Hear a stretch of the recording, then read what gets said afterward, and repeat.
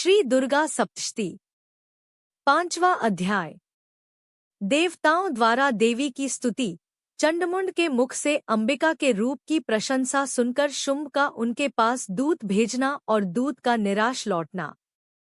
महर्षि मेधा ने कहा, पूर्वकाल में शुंभनिशुंभ नामक असुरों ने अपने बल के मद से इंद्र का त्रिलोकी का राज्य और यज्ञों के भाग छीन लिए, और वह दोनों इसी प्रकार सूर्य, चंद्रमा, धर्मराज और वरुण के अधिकार भी छीनकर स्वयं ही उनका उपयोग करने लगे। वायु और अग्नि का कार्य भी वही करने लगे, और इसके पश्चात उन्होंने जिन देवताओं का राज्य छीना था उनको अपने अपने स्थान से निकाल दिया। इस तरह से अधिकार छिने हुए दैत्यों तथा दैत्यों द्वारा निकाले हुए देवता अपराजिता देवी का स्मरण करने लगे कि देवी ने हमको वर दिया था कि मैं तुम्हारी संपूर्ण विपत्तियों को नष्ट करके रक्षा करूंगी। ऐसा विचार कर सब देवता हिमालय पर गए और भगवती विष्णु माया की स्तुति करने लगे। देवताओं ने कहा, देवी को नमस्कार है, शिव को नमस्कार है, प्रकृति और भद्रा को नमस्कार है। हम लोग रौद्र, नित्या और गौरी को नमस्कार करते हैं। ज्योत्सनामी, चंद्ररूपिणी व सुख रूपा देवी को निरंतर नमस्कार है। शरणागतों का कल्याण करने वाली वृद्धि और सिद्धिरूपा देवी को हम बार 2 नमस्कार करते हैं। और नैऋति, राजाओं की लक्ष्मी तथा सर्वाणी को नमस्कार है। दुर्गा को, दुर्ग स्थलों को पार करने वाली दुर्गपारा को, सारा, सर्वकारिणी, ख्याति कृष्ण और घूम्र देवी को सदैव नमस्कार है। अत्यंत सौम्य तथा अत्यंत रौद्र रूपा को हम नमस्कार करते हैं। उन्हें हमारा बारंबार प्रणाम है। जगत की आधारभूत कृति देवी को बार बार नमस्कार करते हैं। जिस देवी को प्राणी मात्र विष्णुमाया कहते हैं उसको नमस्कार है, उसको नमस्कार है, उसको नमस्कार है। जो देवी संपूर्ण प्राणियों में चेतना कहलाती है उसको नमस्कार है, उसको नमस्कार है, उसको नमस्कार है। जो देवी संपूर्ण प्राणियों में बुद्धि रूप से स्थित है उसको नमस्कार है, उसको नमस्कार है, उसको नमस्कार है। जो देवी सब प्राणियों में निद्रा रूप से विराजमान है उसको नमस्कार है, उसको नमस्कार है, उसको नमस्कार है। जो देवी संपूर्ण प्राणियों में क्षुधा रूप से विराजमान है उसको नमस्कार है, उसको नमस्कार है, उसको नमस्कार है। जो देवी संपूर्ण प्राणियों में छाया रूप से स्थित है उसको नमस्कार है, उसको नमस्कार है, उसको नमस्कार है। जो देवी सब प्राणियों में शक्ति रूप से स्थित है उसको नमस्कार है, उसको नमस्कार है, उसको नमस्कार है। जो देवी संपूर्ण प्राणियों में तृष्णा रूप से स्थित है उसको नमस्कार है, उसको नमस्कार है, उसको नमस्कार है। जो देवी सब प्राणियों में शांति रूप से स्थित है उसको नमस्कार है, उसको नमस्कार है, उसको नमस्कार है। जो देवी सब प्राणियों में जाति रूप से स्थित है उसको नमस्कार है, उसको नमस्कार है, उसको नमस्कार है। जो देवी सब प्राणियों में लज्जा रूप से स्थित है उसको नमस्कार है, उसको नमस्कार है, उसको नमस्कार है। जो देवी संपूर्ण प्राणियों में श्रद्धा रूप से स्थित है उसको नमस्कार है, उसको नमस्कार है, उसको नमस्कार है। जो देवी संपूर्ण प्राणियों में कांति रूप से स्थित है उसको नमस्कार है, उसको नमस्कार है, उसको नमस्कार है। जो देवी सब प्राणियों में लक्ष्मी रूप से स्थित है उसको नमस्कार है, उसको नमस्कार है, उसको नमस्कार है। जो देवी संपूर्ण प्राणियों में वृत्ति रूप से स्थित है उसको नमस्कार है, उसको नमस्कार है, उसको नमस्कार है। जो देवी सब प्राणियों में स्मृति रूप से विराजमान है उसको नमस्कार है, उसको नमस्कार है, उसको नमस्कार है।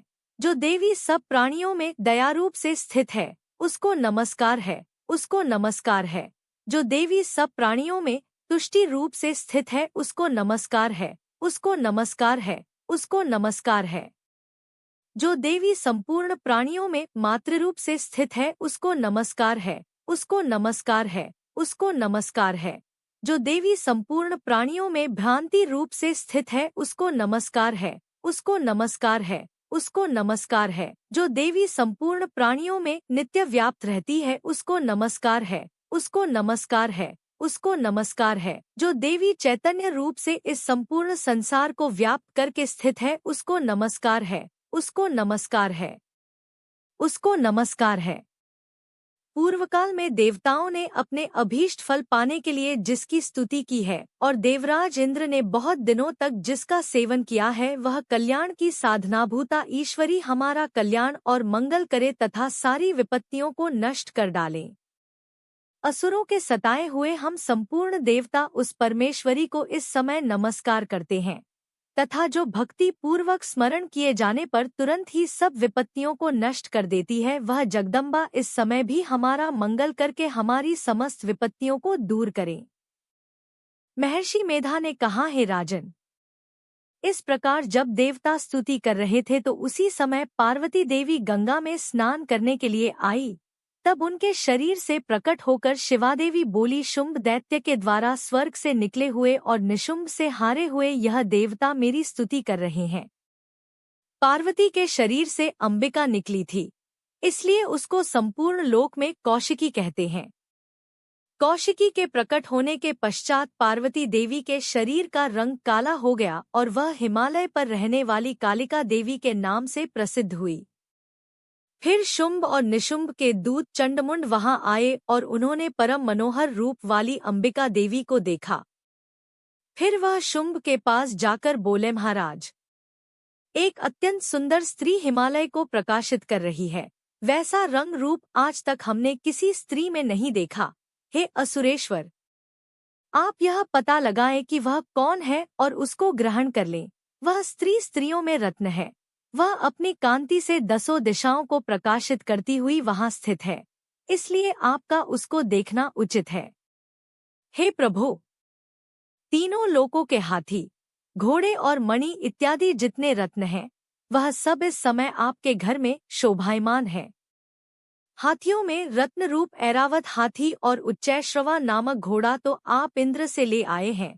हंसों द्वारा जुता हुआ विमान जो कि ब्रह्मा जी के पास था, अब भी आपके पास है। और यह महापद्म नामक खजाना आपने कुबेर से छीना है। समुद्र ने आपको सदा खिले हुए फूलों की किंजलकिनी नामक माला दी है। वरुण का कंचन की वर्षा करने वाला छत्र आपके पास है। रथों में श्रेष्ठ प्रजापति का रथ भी आपके पास ही है। हे दैत्येंद्र, मृत्यु से उत्क्रांतिका नामक शक्ति भी आपने छीन ली है और वरुण का पाश भी आपके भ्राता निशुंभ के अधिकार में है, और जो अग्नि में न जल सके ऐसे 2 वस्त्र भी अग्निदेव ने आपको दिए हैं। हे दैत्यराज, इस प्रकार सारी रत्नरूपी वस्तुएं आप संग्रह कर चुके हैं, तो फिर आप यह कल्याणकारी स्त्रियों में रत्नरूप अनुपम स्त्री आप क्यों नहीं ग्रहण करते? महर्षि मेधा बोले, चंडमुंड का यह वचन सुनकर शुंभ ने विचारा कि सुग्रीव को अपना दूत बनाकर देवी के पास भेजा जाए। प्रथम उसको सब कुछ समझा दिया और कहा कि वहां जाकर तुम उसको अच्छी तरह से समझाना और ये उपाय करना जिससे वह प्रसन्न होकर तुरंत मेरे पास चली आए। भली प्रकार समझाकर कहना। दूत सुग्रीव पर्वत के उस रमणीय भाग में पहुंचा जहां देवी रहती थी। दूत ने कहा, हे देवी, दैत्यों का राजा शुंभ जो इस समय तीनों लोकों का स्वामी है, मैं उसका दूत हूँ और यहाँ तुम्हारे पास आया हूँ। संपूर्ण देवता उसकी आज्ञा एक स्वर से मानते हैं। अब जो कुछ उसने कहला भेजा है वह सुनो। उसने कहा है, इस समय संपूर्ण त्रिलोकी मेरे वश में है और संपूर्ण यज्ञों के भाग को पृथक पृथक मैं ही लेता हूँ, और तीनों लोकों में जितने श्रेष्ठ रत्न हैं वह सब मेरे पास हैं। देवराज इंद्र का वाहन ऐरावत मेरे पास है जो मैंने छीन लिया है। उच्चे श्रवा नामक घोड़ा जो क्षीरसागर मंथन करने से प्रकट हुआ था उसे देवताओं ने मुझे समर्पित किया है। हे सुंदरी, इनके अतिरिक्त और भी जो रत्नभूषण पदार्थ देवताओं के पास थे वह सब मेरे पास है। हे देवी, मैं तुम्हें संसार की स्त्रियों में रत्न मानता हूँ क्योंकि रत्नों का उपभोग वाला मैं ही हूँ। हे चंचल कटाव वाली सुंदरी, अब यह मैं तुझ पर छोड़ता हूँ कि तू मेरे या मेरे भाई महापराक्रमी निशुंभ की सेवा में आ जाए। यदि तू मुझे वरेगी तो तुझे अतुल महान ऐश्वर्य की प्राप्ति होगी। अतः तुम अपनी बुद्धि से यह विचार कर मेरे पास चली आओ। महर्षि मेधा ने कहा, दूत के ऐसा कहने पर संपूर्ण जगत का कल्याण करने वाली भगवती दुर्गा मन ही मन मुस्कुराई और इस प्रकार कहने लगी। देवी ने कहा, है दूत, तू जो कुछ कह रहा है वह सत्य है और इसमें किंचित मात्र भी यूठ नहीं है। शुंभ इस समय तीनों लोकों का स्वामी है और निशुंभ भी उसी की तरह पराक्रमी है, किंतु इसके संबंध में मैं जो प्रतिज्ञा कर चुकी हूँ उसे मैं कैसे झुठला सकती हूँ। अतः तू मैंने जो प्रतिज्ञा की है उसे सुन। जो मुझे युद्ध में जीत लेगा और मेरे अभिमान को खंडित करेगा तथा बल में मेरे समान होगा, वही मेरा स्वामी होगा। इसलिए शुंभ अथवा निशुंभ यहाँ आवे और युद्ध में जीतकर मुझसे विवाह कर ले, इसमें भला देर की क्या आवश्यकता है। दूत ने कहा, हे देवी, तुम अभिमान में भरी हुई हो, मेरे सामने तुम ऐसी बात न करो। इस त्रिलोकी में मुझे तो ऐसा कोई दिखाई नहीं देता जो कि शुंभ और निशुंभ के सामने ठहर सके। हे देवी, जब अन्य देवताओं में से कोई शुंभ व निशुंभ के समान युद्ध में ठहर नहीं सकता तो तुम जैसी स्त्री उनके सामने रणभूमि में ठहर सकेगी। जिन शुंभादि असुरों के सामने इंद्र आदि देवता नहीं ठहर सके तो फिर तुम अकेली स्त्री उनके सामने कैसे ठहर सकेगी। अतः तुम मेरा कहना मानकर उनके पास चली जाओ, नहीं तो जब वह तुम्हें केश पकड़कर घसीटते हुए ले जाएंगे तो तुम्हारा गौरव नष्ट हो जाएगा, इसलिए मेरी बात मान लो। देवी ने कहा, जो कुछ तुमने कहा ठीक है। शुंभ और निशुंभ बड़े बलवान हैं, लेकिन मैं क्या कर सकती हूँ, क्योंकि मैं बिना विचारे प्रतिज्ञा कर चुकी हूँ। इसलिए तुम जाओ और मैंने जो कुछ भी कहा है वह सब आदरपूर्वक असुरेंद्र से कह दो। इसके पश्चात जो वह उचित समझे करें।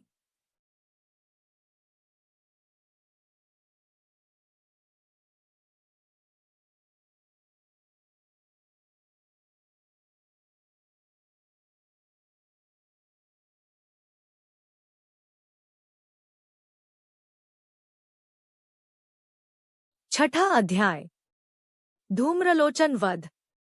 महर्षि मेधा ने कहा, देवी की बात सुनकर दूत क्रोध में भरा हुआ वहां से असुरेंद्र के पास पहुंचा और सारा वृतांत उसे कह सुनाया। दूत की बात सुन असुरेंद्र के क्रोध का पारावर न रहा और उसने अपने सेनापति धूम्रलोचन से कहा, धूम्रलोचन, तुम अपनी सेना सहित शीघ्र वहां जाओ और उस दुष्टा के केशों को पकड़कर उसे घसीटते हुए यहाँ ले आओ। यदि उसकी रक्षा के लिए कोई दूसरा खड़ा हो, चाहे वह देवता, यक्ष अथवा गंधर्व ही क्यों न हो, उसको तुम अवश्य मार डालना। महर्षि मेधा ने कहा, शुंभ के इस प्रकार आज्ञा देने पर धूम्रलोचन 60,000 राक्षसों की सेना को साथ लेकर वहां पहुंचा और देवी को देख ललकार कर कहने लगा, अरे तू अभी शुंभ और निशुंभ के पास चल। यदि तू प्रसन्नता पूर्वक मेरे साथ न चलेगी तो मैं तेरे केशों को पकड़ घसीटता हुआ तुझे ले चलूंगा। देवी बोली, असुरेंद्र का भेजा हुआ तेरे जैसा बलवान यदि बलपूर्वक मुझे ले जावेगा तो ऐसी दशा में मैं तुम्हारा कर ही क्या सकती हूँ। महर्षि मेधा ने कहा, ऐसा कहने पर धूम्रलोचन उसकी ओर लपका, किंतु देवी ने उसे अपनी हुंकार से ही भस्म कर डाला। यह देखकर असुर सेना क्रुद्ध होकर देवी की ओर बढ़ी, परंतु अंबिका ने उन पर तीखे बाणों, शक्तियों तथा फरसों की वर्षा आरंभ कर दी। इतने में देवी का वाहन भी अपनी ग्रीवा के बालों को झटकता हाँ और बड़ा भारी शब्द करता हुआ असुर सेना में कूद पड़ा। उसने कई असुर अपने पंजों से, कई अपने जबड़ों से और कई को धरती पर पटककर अपनी दाढ़ों से घायल करके मार डाला। उसने कई असुरों के अपने नख से पेट फाड़ डाले और कई असुरों का तो केवल थप्पड़ मारकर सिर धड़ से अलग कर दिया। कई असुरों की भुजाएं और सिर तोड़ डाले और गर्दन के बालों को हिलाते हुए उसने कई असुरों को पकड़कर उनके पेट फाड़कर उनका रक्त पी डाला। इस प्रकार देवी के उस महाबलवान सिंह ने क्षण भर में असुर सेना को समाप्त कर दिया। शुंभ ने जब यह सुना कि देवी ने धूम्रलोचन असुर को मार डाला है और उसके सिंह ने सारी सेना का संहार कर डाला है, तब उसको बड़ा क्रोध आया। उसके मारे क्रोध के ओंठ फड़कने लगे और उसने चंड तथा मुंड नामक महाअसुरों को आज्ञा दी, है चंड, हे मुंड, तुम अपने साथ एक बड़ी सेना लेकर वहां जाओ और उस देवी के बाल पकड़कर उसे बांधकर तुरंत यहाँ ले आओ। यदि उसको यहाँ लाने में किसी प्रकार का संदेह हो तो अपनी सेना सहित उससे लड़ते हुए उसको मार डालो, और जब वह दुष्टा और उसका सिंह दोनों मारे जावें, तब भी उसको बांधकर यहाँ ले आना।